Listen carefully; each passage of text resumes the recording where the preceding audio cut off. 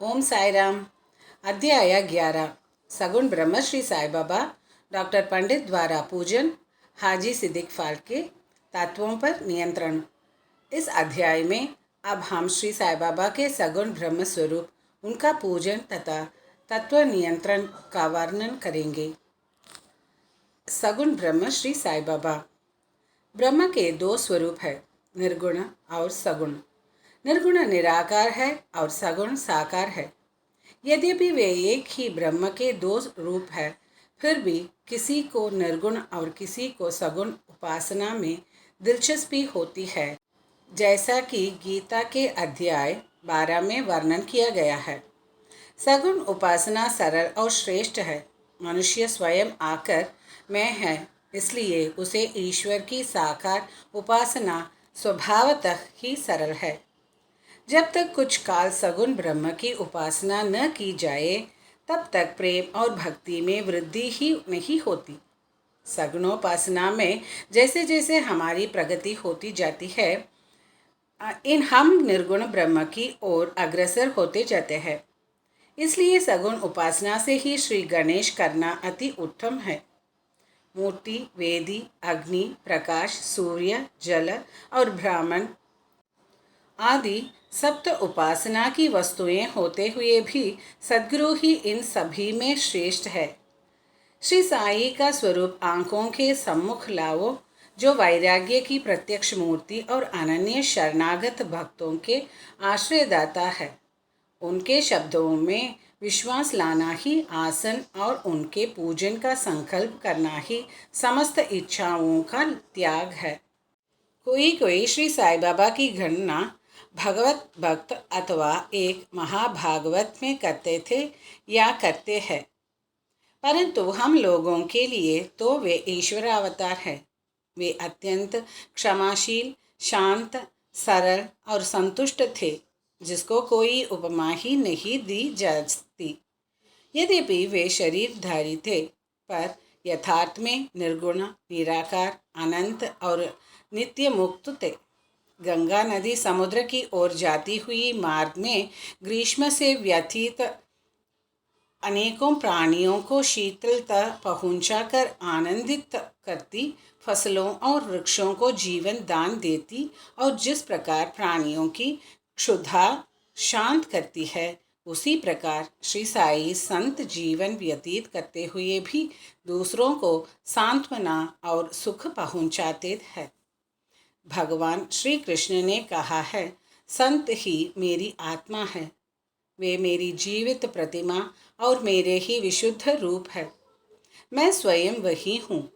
यह अवर्णनीय शक्तियाँ या ईश्वर की शक्ति, जो कि सत, चित और आनंद है, शिरडी में साई रूप में अवतीर्ण हुई थी।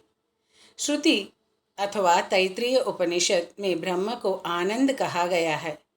अभी तक यह विषय केवल पुस्तकों में पढ़ते और सुनते थे, परंतु भक्तगण ने शिरडी में इस प्रकार का प्रत्यक्ष आनंद पा लिया है। बाबा सबके आश्रयदाता थे। उन्हें किसी की सहायता की आवश्यकता न थी। उनके बैठने के लिए भक्तगण एक मुलायम आसन और एक बड़ा तकिया लगा देते थे। बाबा भक्तों के भावों का आदर करते और उनकी इच्छानुसार पूजन आदि करने देने में किसी प्रकार की आपत्ति न करते थे। कोई उनके सामने चंवर डुलाते, कोई वाद्य बजाते और कोई पाद प्रक्षालन करते थे। कोई इत्र और चंदन लगाते, कोई सुपारी, पान और अन्य वस्तुएं भेंट करते और कोई नैवेद्य ही अर्पित करते थे। यद्यपि ऐसा जान पड़ता था कि उनका निवास स्थान शिरडी में है, परंतु वे तो सर्वव्यापक थे। इसका भक्तों ने नित्य प्रति अनुभव किया। ऐसे सर्वव्यापक गुरुदेव के चरणों में मेरा बार बार नमस्कार है। डॉक्टर पंडित की भक्ति। एक बार श्री तात्या नूलकर के मित्र डॉक्टर पंडित बाबा के दर्शनार्थ शिरडी पधारे। बाबा को प्रणाम कर वे मस्जिद में कुछ देर तक बैठे। बाबा ने उन्हें श्री दादा भट्ट केलकर के पास भेजा, जहाँ पर उनका अच्छा स्वागत हुआ। फिर दादा भट्ट और डॉक्टर पंडित एक साथ पूजन के लिए मस्जिद पहुंचे। दादा भट्ट ने बाबा का पूजन किया। बाबा का पूजन तो प्रायः सभी किया करते थे, परंतु अभी तक उनके शुभ मस्तक पर चंदन लगाने का किसी ने भी साहस नहीं किया था। केवल एक मालसापति ही उनके गले में चंदन लगाया करते थे। डॉक्टर पंडित ने पूजन की थाली में से चंदन लेकर बाबा के मस्तक पर त्रिपुंडाकार लगाया। लोगों ने महान आश्चर्य से देखा कि बाबा ने एक शब्द भी नहीं कहा। संध्या समय दादा भट्ट ने बाबा से पूछा, क्या कारण है कि आप दूसरों को तो मस्तक पर चंदन नहीं लगाने देते, परंतु डॉक्टर पंडित को आपने कुछ भी नहीं कहा। बाबा करने लगे, डॉक्टर पंडित ने मुझे अपने गुरु श्री रघुनाथ महाराज तोबेश्वर, जो कि काका पुरानी के नाम से प्रसिद्ध है, कि ही समान समझा और अपने गुरु को वे जिस प्रकार चंदन लगाते थे उसी भावना से उन्होंने मुझे चंदन लगाया। तब मैं किसी रोक सकता था। पूछने पर डॉक्टर पंडित ने दादा भट्ट से कहा कि मैंने बाबा को अपने गुरु काका पुरानी के समान ही जानकर उन्हें त्रिपुंडाकार चंदन लगाया है, जिस प्रकार मैं अपने गुरु को सदैव लगाया करता था। यद्यपि बाबा भक्तों को उनकी इच्छानुसार ही पूजन करने देते थे, परंतु कभी कभी तो उनका व्यवहार विचित्र ही हो जाया करता था। जब कभी वे पूजन की ताली फेंक कर रुद्रावतार धारण कर लेते, तब उनके समीप जाने का साहस ही किसी को न हो सकता था। कभी वे भक्तों को झिड़कते और कभी मोम से भी नरम होकर शांति तथा क्षमा की मूर्ति से प्रतीत होते थे। कभी कभी वे क्रोधावस्था में कंपायमान हो जाते और उनके लाल नेत्र चारों ओर घूमने लगते थे, तथापि उनके अंतःकरण में प्रेम और मातृ स्नेह का स्रोत बहा ही करता था। भक्तों को बुलाकर वे कहा करते थे कि उन्हें तो कुछ ज्ञात ही नहीं है कि वे कब उन पर क्रोधित हुए। यदि यह संभव हो कि माताएं अपने बालकों को ठुकरा दे और समुद्र नदियों को लौटा दे, तो ही वे भक्तों के कल्याण की भी उपेक्षा कर सकते हैं। वे तो भक्तों के समीप ही रहते हैं और जब भक्त उन्हें पुकारते हैं तो वे तुरंत ही उपस्थित हो जाते हैं। वे तो सदा भक्तों के प्रेम के भूखे हैं। हाजी सिद्दीक फाल्के, यह कोई नहीं कर सकता था कि कभी श्री साईं बाबा अपने भक्त को अपना कृपा पात्र बना लेंगे। यह उनकी सदिच्छा पर निर्भर था। हाजी सिद्दीक फाल्के की कथा इसी का उदाहरण है। कल्याण निवासी एक यवन जिनका नाम सिद्दीक फाल्के था, मक्का शरीफ की हज करने के बाद शिरडी आए। वे चावड़ी में उत्तर की ओर रहने लगे। वे मस्जिद के सामने खुले आंगन में बैठा करते थे। बाबा ने उन्हें 9 मास तक मस्जिद में प्रविष्ट होने की आज्ञा न दी और न ही मस्जिद की सीढ़ी चढ़ने दी। फाल्के बहुत निराश हुए और कुछ निर्णय न कर सके कि कौन सा उपाय काम में लाए। लोगों ने उन्हें सलाह दी कि आशा न त्यागो। श्यामा श्री साईं बाबा के अंतरंग भक्त है, तुम उनके ही द्वारा बाबा के पास पहुंचने का प्रयत्न करो। जिस प्रकार भगवान शंकर के पास पहुंचने के लिए नंदी के पास जाना आवश्यक होता है, उसी प्रकार बाबा के पास भी श्यामा के द्वारा ही पहुंचना चाहिए। फाल्के को यह विचार उचित प्रतीत हुआ और उन्होंने श्यामा से सहायता की प्रार्थना की। श्यामा ने भी आश्वासन दे दिया और अवसर पाकर वे बाबा से इस प्रकार बोले कि बाबा, आप उस बूढ़े हाजी को मस्जिद में किस कारण नहीं आने देते? अनेक भक्त स्वेच्छापूर्वक आपके दर्शन को आया जाया करते हैं। कम से कम एक बार तो उसे आशीष दे दो। बाबा बोले, श्यामा, तुम अभी नादान हो। यदि फ़कीर यथातवा अल्लाह नहीं आने देता है तो मैं क्या करूं? उनकी कृपा के बिना कोई भी मस्जिद की सीढ़ियां नहीं चढ़ सकता।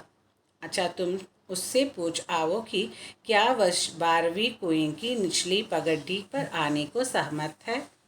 श्यामा स्वीकारात्मक उत्तर लेकर पहुँचे। फिर बाबा ने पुनः श्यामा से कहा कि उससे फिर पूछो कि क्या वह मुझे 4 किश्ते में 40,000 रुपये देने को तैयार है।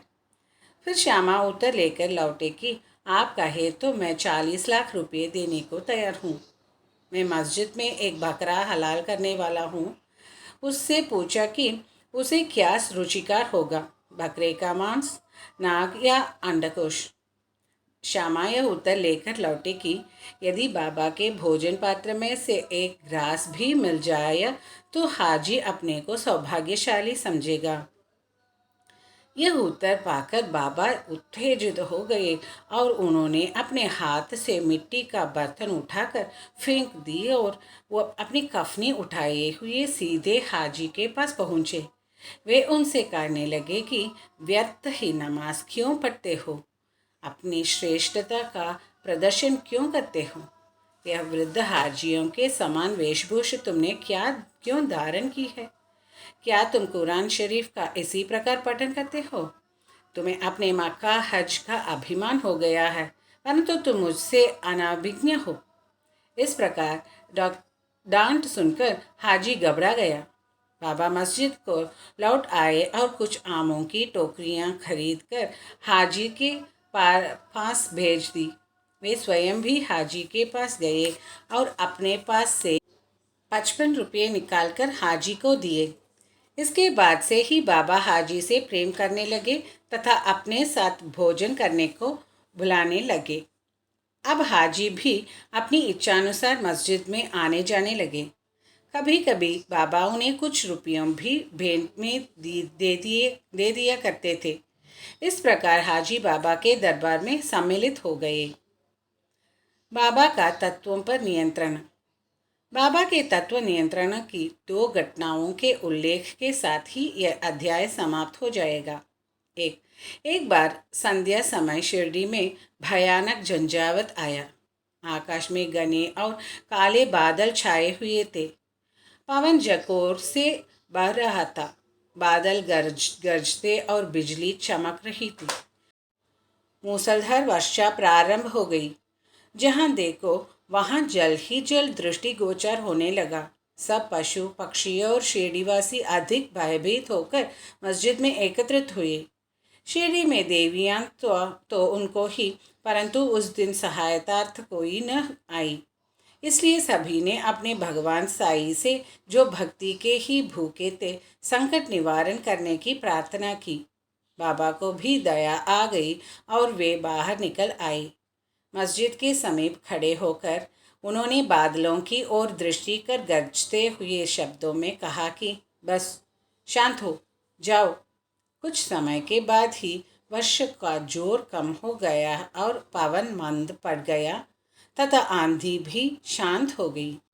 आकाश में चंद्रदेव उदित हो गए। तब सब लोग अति प्रसन्न होकर अपने अपने घर लौटे आए। एक अन्य अवसर पर मध्याह्न के समय धूनी की अग्नि इतनी प्रचंड होकर जलने लगी कि उसकी लपटें ऊपर छत तक पहुंचने लगी।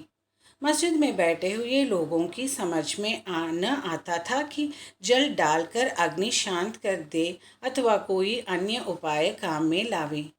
बाबा से पूछने का साहस भी कोई नहीं कर पा रहा था, परंतु बाबा शीघ्र परिस्थिति को जान गए।